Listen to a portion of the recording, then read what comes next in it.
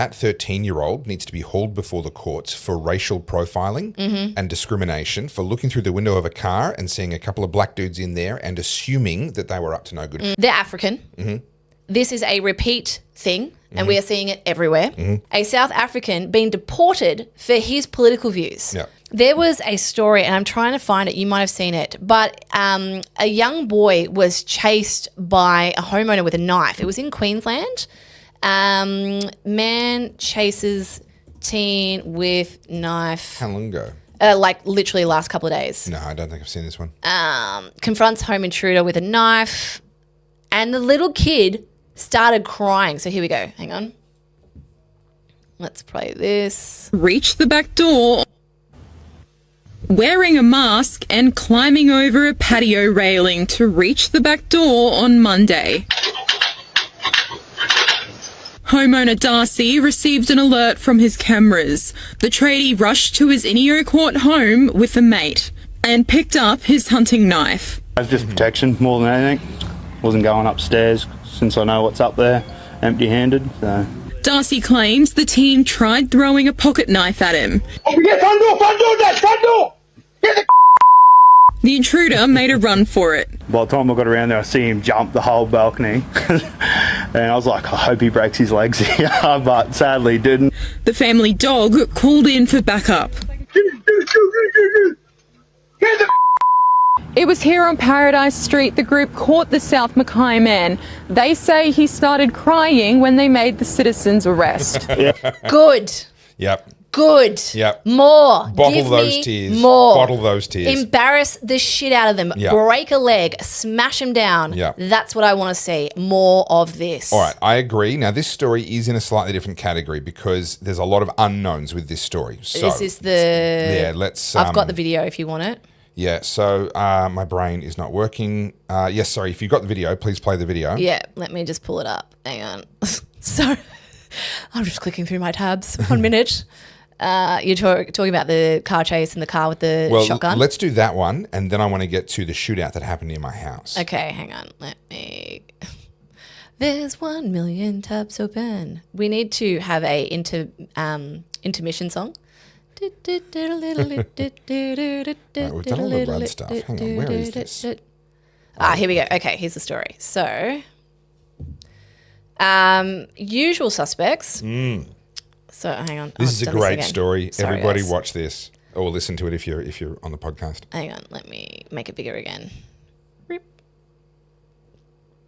Is this indicative that A there is a stop, tone shift? surrounded by police, armed masked men intercepted. The plot foiled thanks to a teenage boy.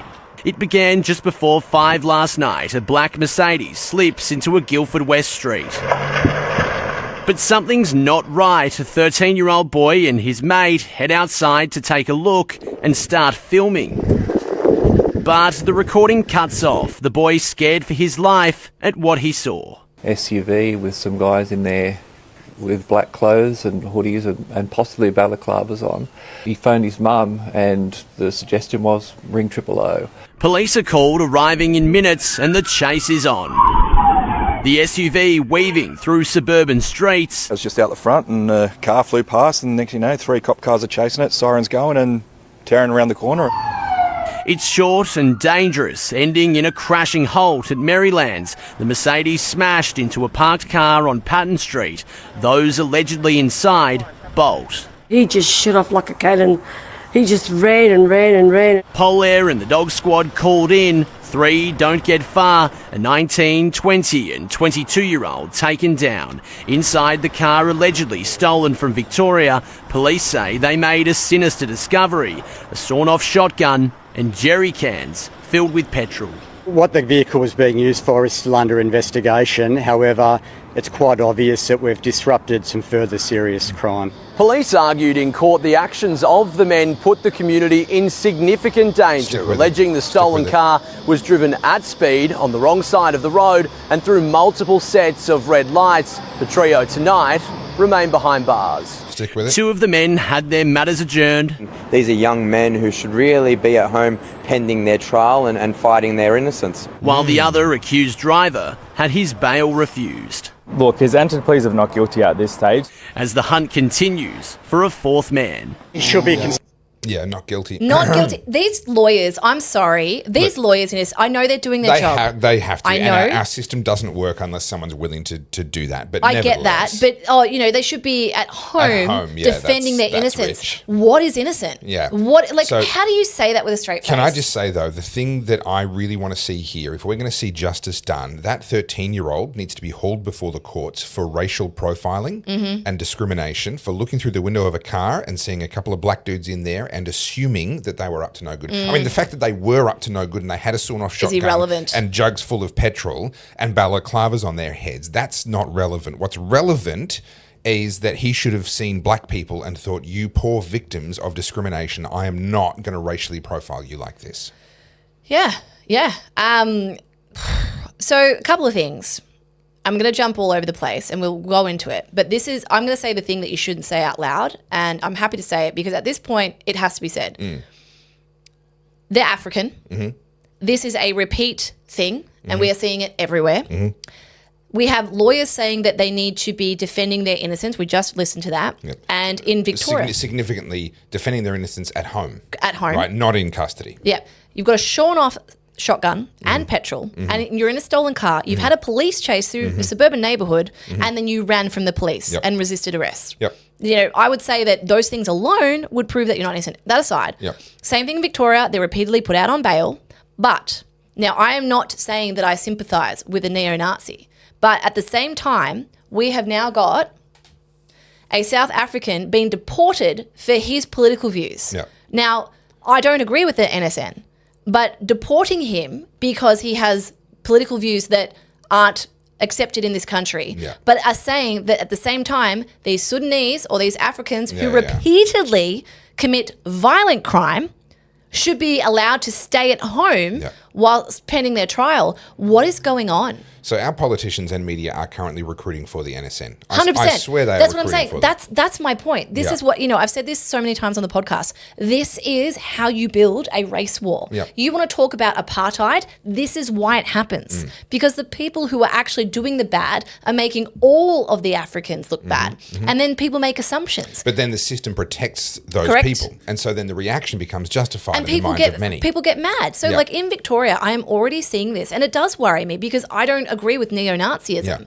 I love my country. I care about my country, but I'm not as far as to say that only whites should live here. You know what I mean? But at the same time, and I'm seeing this from a lot of the political commentators online, they are becoming racist. And it is actual racism at this point. And I understand why. I'm not saying I agree with it. I'm saying I understand how they're arriving there. Because repeatedly, over and over, these people who are doing the carjackings, the home invasions, the machete crime, they are African. And yes, I'm not saying that there's not white people. That's not my point.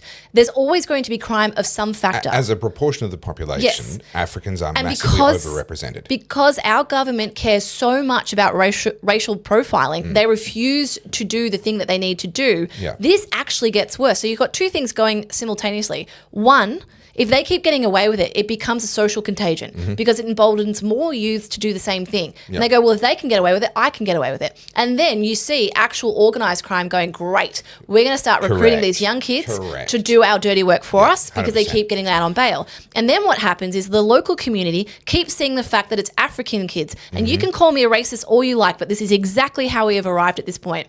It's repeatedly African kids, Sudanese, South Sudanese, they're out on bail, they're killing each other. We've seen this multiple times and nothing seems to happen. So what's going to happen?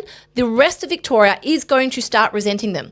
And that means that people will start looking at you sideways. If you have dark skin and you're a teenager, people will assume that you're up to no good. And then all of a sudden you have people who are genuinely racially profiling and they will start to face serious consequences. I don't agree with it, but that's what happens when you don't do the thing that you should have been doing in the first place. Either putting them in jail to rot for a good 10 years, teach them a lesson, or deport them.